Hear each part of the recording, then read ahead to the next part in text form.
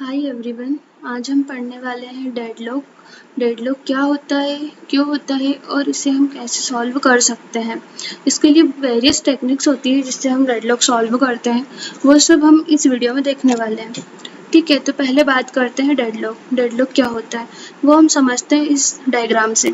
ठीक है, तो ये डायग्राम है, इसमें एक प्रोसेस है P1। ठीक है, इस प्रोसेस को रिसोर्स अलोकेट है अब R1 इसको रिसोर्स अलोकेट है प्रोसेस P1 को, बट स्टिल ये चाहता है कि ये R2 को भी एक्सेस कर ले, बट ऐसा पॉसिबल नहीं हो सकता है क्योंकि एट ए टाइम एक प्रोसेस ओनली एक ही रिसोर्स को होल्ड कर सकता है।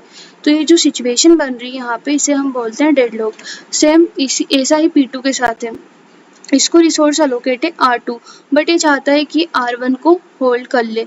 सो इस सिचुएशन को हम बोलते हैं डेडलॉक। ठीक है, और ये जो पूरा जो डायग्राम दिख रहा है ये बता रहा है कि यहाँ पे क्या हो रहा है, डेडलॉक की कंडीशन क्या हो रही है, अकर हो रही है। ठीक है, तो ये डेफिनेशन में भी यही लिख रखा है। डेफिनेशन क्या होती है, deadlock is a situation where a set of process are blocked because each process is holding a resource and waiting for another resource acquired by some other process. इसमें क्या होता है कि जब दूसरी प्रोसेस, ये जो प्रोसेस P1 है, ये इसके पास ऑलरेडी रिसोर्स R1 है, बट ये होल्ड करना चाह रही है R2 को। तो इस जो भी ऐसी सिचुएशन बनती है तो प्रोसेस जो होती है वो ब्लॉक हो जाती है, और इसी सिचुएशन को हम बोलते हैं डेडलॉक। ठीक है, और इसका हम रियल लाइफ एग्जांपल देखते हैं कि क्या होता है। इसका हम रियल लाइफ एग्जांपल है हमारे पास ये क्या है, रेलवे क्रॉसिंग है। ठीक है, ये रेलवे ट्रैक है, सॉरी ये रेलवे ट्रैक है। यहाँ पे एक ट्रेन आ रही है इधर से, ठीक है, और उसी टाइम पे एक ट्रेन इधर से आ रही है। अब यहाँ पे क्रॉस आ गया, तो अब ना तो ये ट्रेन आगे बढ़ सकती है और ना ही ये ट्रेन आगे बढ़ सकती है, दोनों क्या हो गई, ब्लॉक्ड हो गई फॉर इनफाइनाइट टाइम के लिए। सो इस सिचुएशन को हम क्या बोलेंगे, यहाँ पे क्या अकर हो गया, डेडलॉक अकर हो गया। So two train are travelling on a different track, दूसरे अलग अलग ट्रैक से आ रही थी, but if a crossing comes, crossing आ गया तो ए ट्रेन मस्ट होल्ड और wait for some times to continue the journey. ठीक है, तो वो क्या हो गई, होल्ड और उसको क्या करना पड़ेगा, वेट करना पड़ेगा for some time. That's waiting situation is referred as deadlock situation, और इसी वेटिंग सिचुएशन को हम क्या बोलते हैं, डेडलॉक सिचुएशन। ठीक है, इसका और एक एग्जाम्पल हम देखते हैं जो बेसिकली हमारे जो डेटाबेस सिस्टम होता है उसमें होता है कि वहाँ पे डेडलॉक कैसे अकर होता है। Number no two transaction take place at a time in database. It hold one transaction in the queue to proceed. एक टाइम पे ओनली एक ही ट्रांजेक्शन पॉसिबल हो सकता है, एक टाइम पे कोई दो ट्रांजेक्शन पॉसिबल नहीं हो सकता है। अगर रिसोर्स वाई रिक्वेस्ट करता है प्रोसेस P1 को कि मुझे भी ट्रांजेक्शन चाहिए, तो ये पॉसिबल नहीं हो सकता है क्योंकि एक प्रोसेस P1 ऑलरेडी ट्रांजेक्शन कर रही है रिसोर्स X को, मतलब रिसोर्स 1 को। तो ये भी क्या है, कंडीशन, डेडलॉक की कंडीशन यहाँ पे भी क्या है, अकर हो रही है। अब डेडलॉक तो हो गया, अब इसमें चार मेन कंडीशन होती है कि अगर डेडलॉक हो रहा है तो ये चार मेन कंडीशन होती है।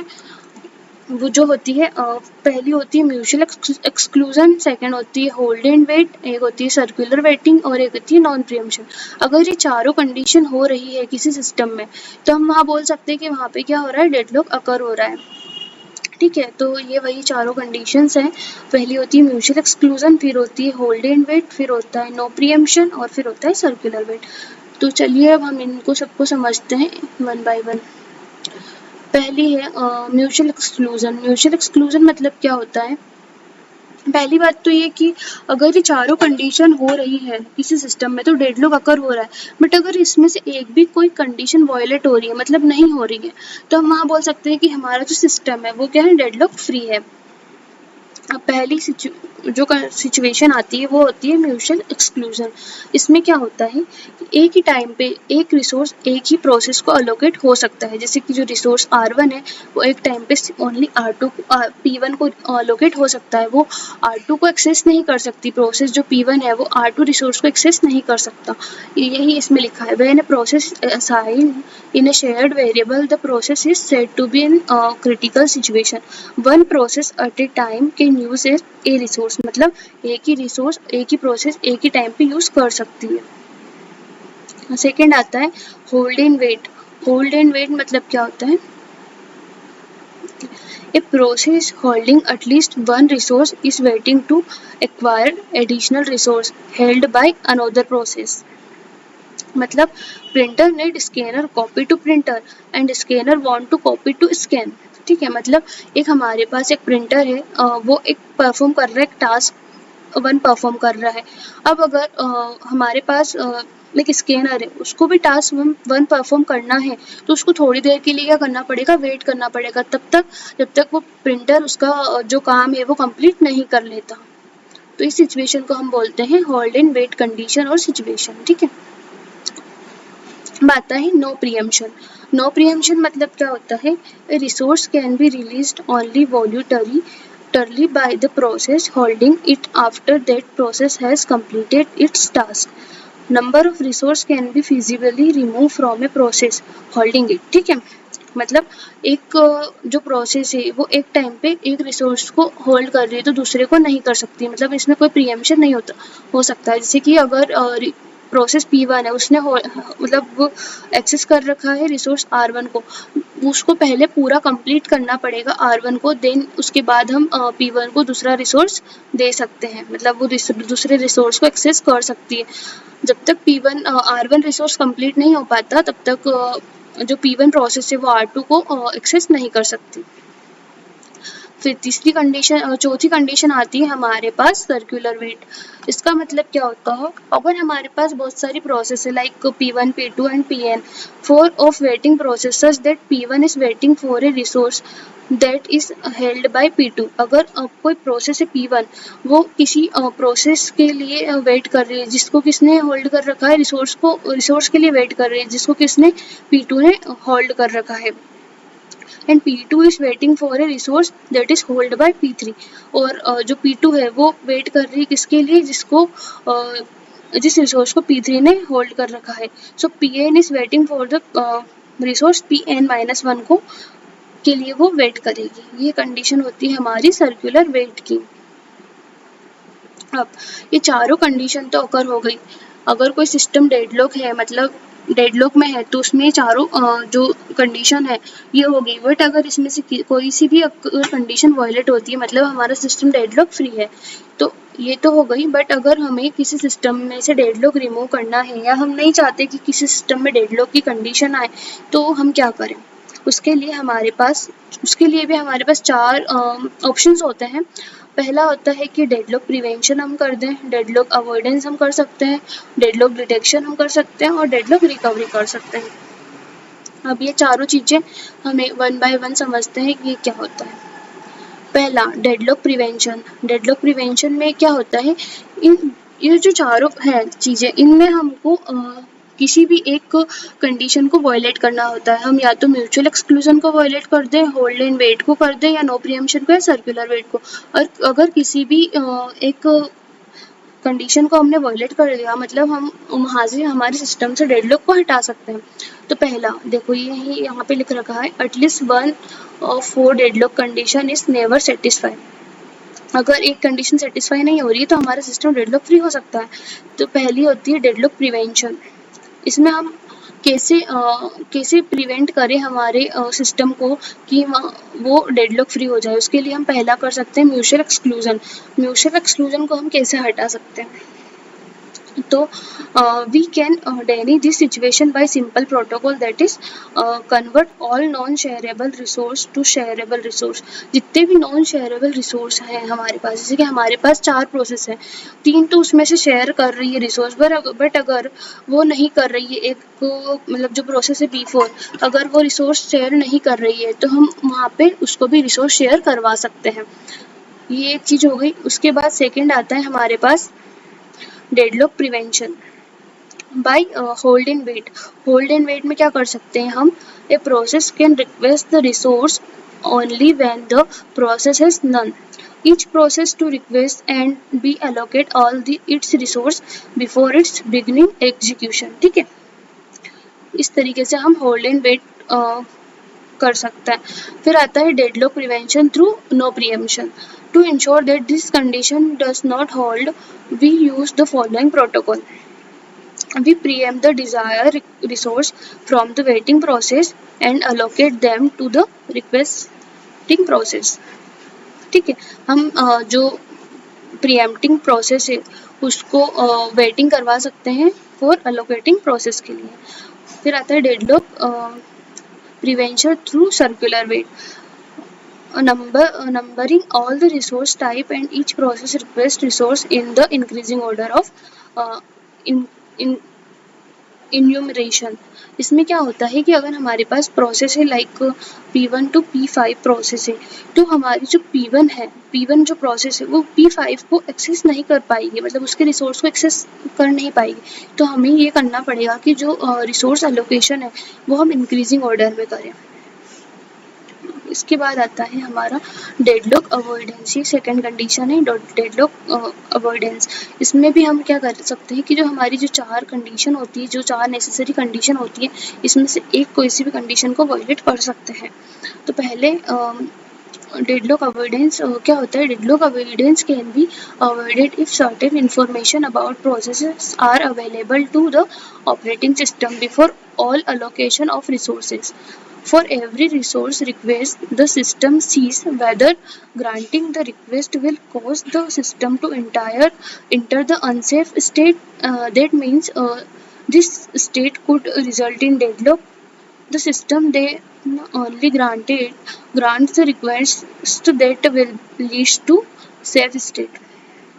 मतलब इसमें ना हमारे पास 2 स्टेट होते हैं, एक सेफ होता है, एक अनसेफ होता है। जो अनसेफ होता है ना उसमें क्या होता है? डेडलॉक होता है। जैसे कि हमारे पास ये इसका एग्जांपल है यहाँ पे। ये क्या है कि हमारे पास ये स्टेट होती है 2, एक सेफ और एक unsafe. A state is safe if the system can allocate resource to each process. अगर हर रिसोर्स ने मतलब हर प्रोसेस को हर एक रिसोर्स अलोकेट हो गया, मतलब वहाँ पे कोई ऐसी कंडीशन ही नहीं आ रही कि डेडलॉक है, तो वो क्या है? हमारा सेफ स्टेट। बट अगर किसी प्रोसेस को कोई रिसोर्स अलोकेट नहीं हुआ और वो किसी दूसरे मतलब रिसोर्स को एक्सेस करना चाहती है, तो वहाँ पे क्या होता है? डेडलॉक की कंडीशन होती है। तो deadlock more formally a system is in safe state only if there exist a safe sequence. If no safe sequence exist then the state is said to be unsafe. अगर वहाँ पे कोई safe sequence exist करता ही नहीं है तो वो state क्या होती है? हमारी अनसेफ होती है, और वहाँ पे क्या होता है? डेडलॉक होता है। अब आती है हमारी बात deadlock avoidance by banker's algorithm. ये एक सॉल्यूशन है डेडलॉक अवॉइडेंस का थ्रू बैंकर्स एल्गोरिदम। इसमें क्या करना रहता है कि हम इस एल्गोरिदम के थ्रू डेडलॉक अवॉइडेंस कर सकते हैं। Example of one resource type with many instance. इसका एक एग्जाम्पल है, clients are asking for loan up to an agreed limit. ठीक है, एक कोई क्लाइंट है वो आस्किंग कर रहा है लोन के लिए एक एग्रीड लिमिट में। To the banker now that not all client need their limit simultaneously। कोई भी मतलब simultaneously request नहीं कर सकते। All client must achieve their limit at some point of the time but not necessary simultaneously। ठीक है, तो after fulfilling their need the client will play back their loan। ठीक है, अगर वो उसकी फुलफिल जितनी भी रिक्वायरमेंट्स है वो फुलफिल कर लेता है तो वो उसको लोन क्या मिल जाता है। तो इसमें क्या होता है? इसका एक एग्जाम्पल है हमारे पास बैंकर्स एल्गोरिदम का कि इसमें कैसे ये वर्क करती है। ऑलवेज इसके कुछ पॉइंट्स हैं जो हमें याद रखने रहते हैं। Always keep so many resources that satisfy the needs of at least one client. मतलब always keep so many resources that satisfy the needs of at least one client की नीड्स तो सेटिस्फाई करनी चाहिए। मल्टीपल इंस्टेंसेस हो सकते हैं। Each process must a priori claim maximum use. ठीक है, when a process request a resource it may have to wait. अगर कोई प्रोसेस किसी रिसोर्स के लिए रिक्वेस्ट कर रही है तो उसे मतलब ये तो कंपलसरी है कि उसे वेट तो करना ही पड़ेगा। फिर when a process gets all its resource it must return them in a finite amount of time। ठीक है, अगर कोई प्रोसेस एग्जीक्यूट हो रही है तो वो ये भी मतलब होना चाहिए कि वो एक फाइनाइट अमाउंट ऑफ टाइम में रिटर्न मतलब एग्जीक्यूशन उसका कंप्लीट हो जाए, रिटर्न हो जाए। इसका एग्जाम्पल आता है जो हम देखते हैं नॉर्मली कैसे सॉल्व होता है। जो बैंकर्स एल्गोरिदम का जो एग्जाम्पल होता है उसमें क्या रहता है, हमको प्रोसेस गिवन रहती है, लोकेशन टाइम गिवन रहता है, मैक्सिमम टाइम गिवन रहता है। तो हमें मैक्सिमम नीड निकालना रहता है, टोटल नंबर निकालने रहते हैं, अलोकेटेड निकालने रहते हैं और अवेलेबल निकालने रहते हैं कि कौन से सीक्वेंस में कौन सी प्रोसेस अलोकेट हो रही है। ठीक है, तो इस एग्जाम्पल में हमें क्या दे रखा हुआ है, हमारे पास 5 प्रोसेस है P0 to P4। ठीक है, 3 रिसोर्सेज दे रखे हैं, एक रिसोर्स का नाम है A, B and C। C का इंस्टेंस हमें दे रखा है गिवन 10, B का दे रखा है 5, C का दे रखा है 7। ठीक है, अब हमें इसको सॉल्व करना है थ्रू बैंकर्स एल्गोरिथम। तो पहले हमारे पास एक अलोकेशन मैट्रिक्स गिवन रहेगी ये वाली, और एक मैक्सिमम मैट्रिक्स गिवन रहेगी ये वाली, और प्रोसेस आईडी गिवन रहेगी, मतलब प्रोसेस P0 to P4 हमें गिवन है। अब हमें क्या करना पड़ता है, पहले तो हमें क्या करना है, नीड मैट्रिक्स निकालनी है। नीड मैट्रिक्स कैसे निकालते हैं, जो मैक्सिमम मैट्रिक्स हमें दे रखी है उसमें से हम क्या करेंगे, अलोकेशन मैट्रिक्स को माइनस कर देंगे, जैसे कि यहाँ पे किया हुआ 7 - 0 7। ठीक है, 7 - 0 7, 5 - 1 4, 3 - 0 3, फिर यहाँ पे 3 - 2 1, 2 - 0 2, 2 - 0 2, 9 - 3 6, 0 - 0 0 और 2 - 2 0। ठीक है, ऐसे हमने नीड मैट्रिक्स ये वाली मैट्रिक्स निकाल ली।